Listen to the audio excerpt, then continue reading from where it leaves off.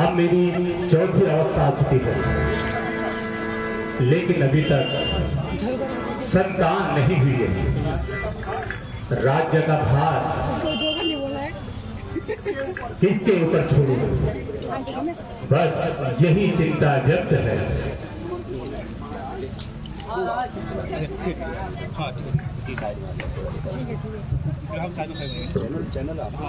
महाराज, आप जैसे धैर्यशाली और प्रतापी राजा को इस प्रकार व्याकुल होना शोभा नहीं देता। अपने पूज्य गुरु वशिष्ठ को बुलाकर उनकी सम्मति लीजिए। ठीक है सुमंत जी, आप जाइए और गुरु वशिष्ठ को बुलाकर लाइए। ठीक है महाराज।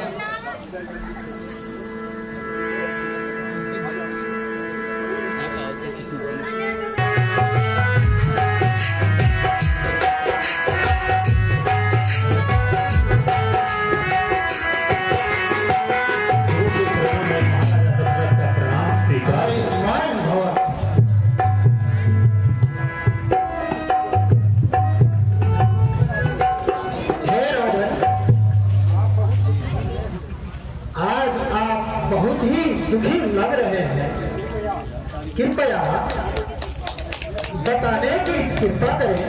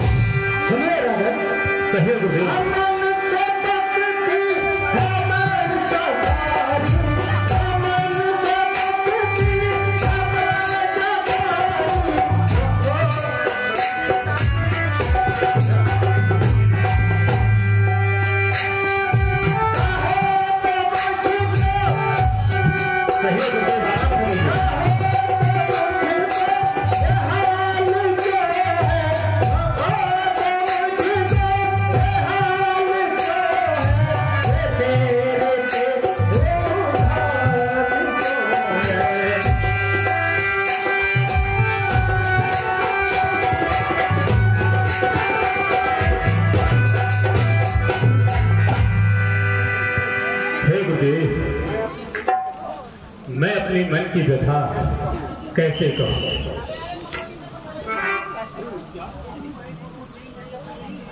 सुनिए गुरुदेव, कहिए मैं अपने दिल की व्यथा आप तक सुनाता हूं। सुनाइए। क्या कहूं ए गुरुजी मैं अपनी व्यथा, क्या कहूं ए गुरुजी मैं अपनी व्यथा।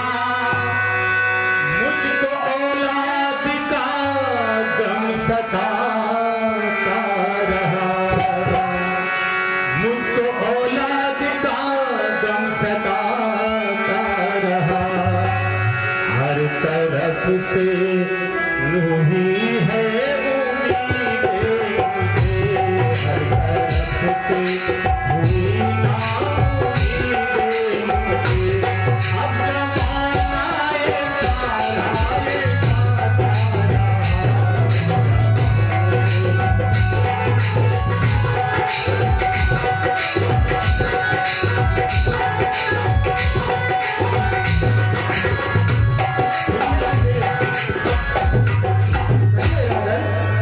जो जवानी थी ढल के जाने लगी, जो जवानी थी ढल के जाने लगी। अब अवस्था बुढ़ापे की आने लगी, अब अवस्था बुढ़ापे की आने लगी। ना उम्मीदें मुझे मुंह दिखाने लगी, ना उम्मीदें मुझे दिल दिखाने लगी। यही कहना तेरी मुझको आता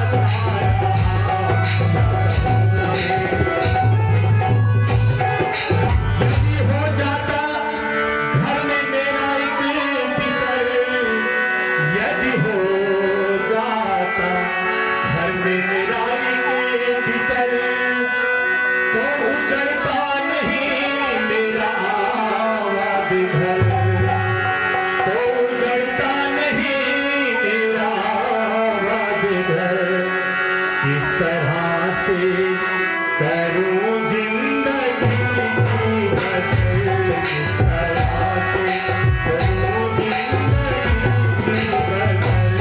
मुझे सारी उम्र गम सताता रहा,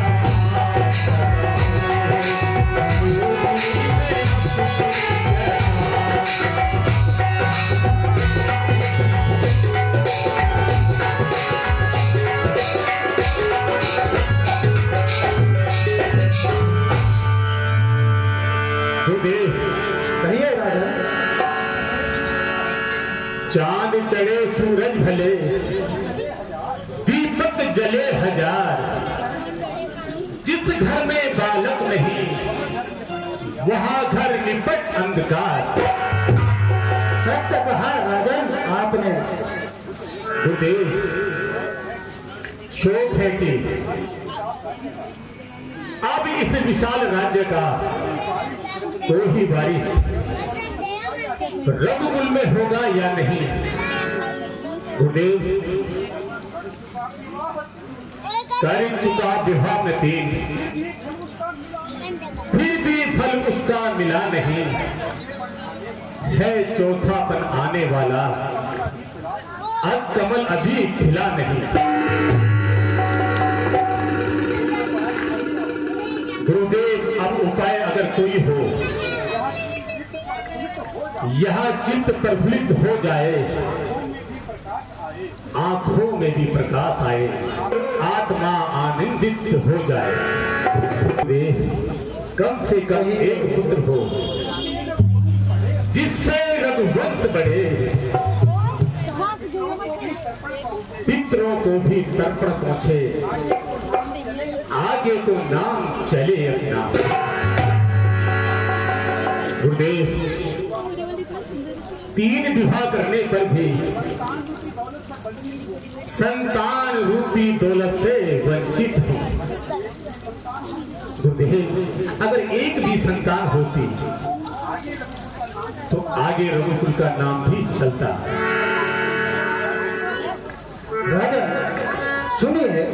राजा कहिए गुरुदेव। चिंता है बड़ी चिता से भी नर को निर्जीव बनाती है, मुर्दे को चिता जलाती है और चिंता जीते को खाती है। राजन हो जाए पुत्र वही घर को शमशान बनाता है। राजन व्यर्थ है यह विचार, बेटा कब वंश चलाता है। महाराज चिंता चिता से बड़ी होती है, जिस मनुष्य को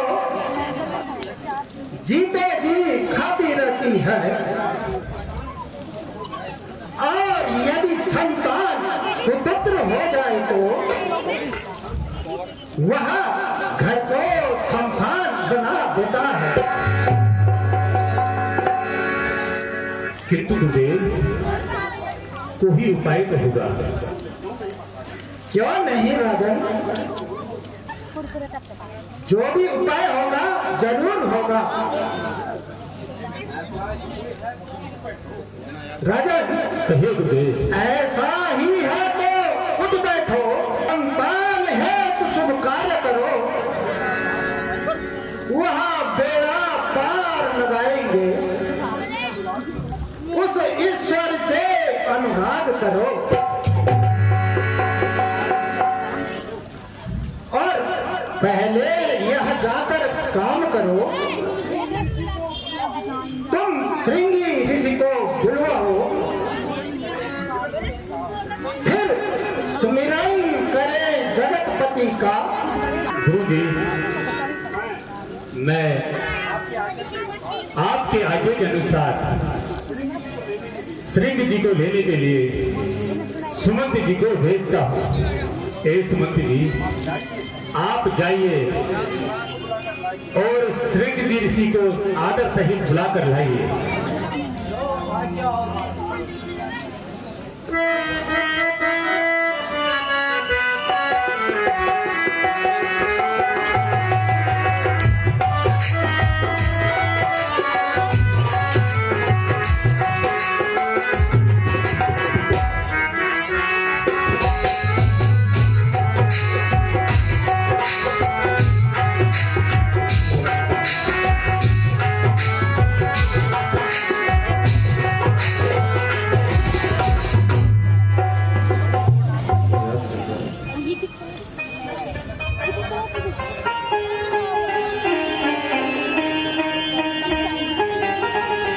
एक बार प्रेम से जयकारा लगाएंगे। बोले मर्यादा पुरुषोत्तम भगवान श्री रामचंद्र की, सीता मैया की, लक्ष्मण यति की। कुछ आलस्तान लगे हुआ कि लेकिन ठंड हो गई है जरा जरा ना बरगा पोड़ी और वो एक बार तब आदमी जरा स्पल से ही जान। एक बार प्रेम से जयकारा लगाएंगे। बोल वीर बजरंग हनुमान की। ये चीज आइए, दशरथ जी का दरबार सज चुका। दशरथ जी के दरबार में पुत्रों के प्रति चिंता का विषय बना हुआ है और माताओं को बुलाया गया है। आइए आशीर्वाद के अब फलों का इंतजार करते हैं और साथ ही साथ अगले दृश्य की ओर चलते हैं। और अगले दृश्य आने से पहले आप लोगों के लिए हास्य परिहास के उस परिपाटी को हम फिर से उजागर करते हैं, क्योंकि पिछले साल भी इन्होंने कुछ ऐसे कर्तव्य करके दिखाए थे जो कि आप लोग भूले नहीं होंगे। आप बुलाते हैं हम चटपट हमारे हास्य के परिपाटी के कलाकार भाई प्रदीप भट्ट। आप लोगों के बीच में सुंदर तालियों से स्वागत कीजिएगा भाई प्रदीप भट्ट जी का।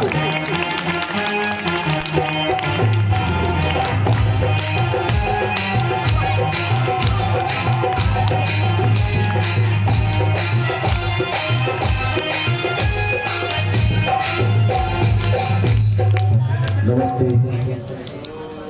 नमस्ते नमस्ते।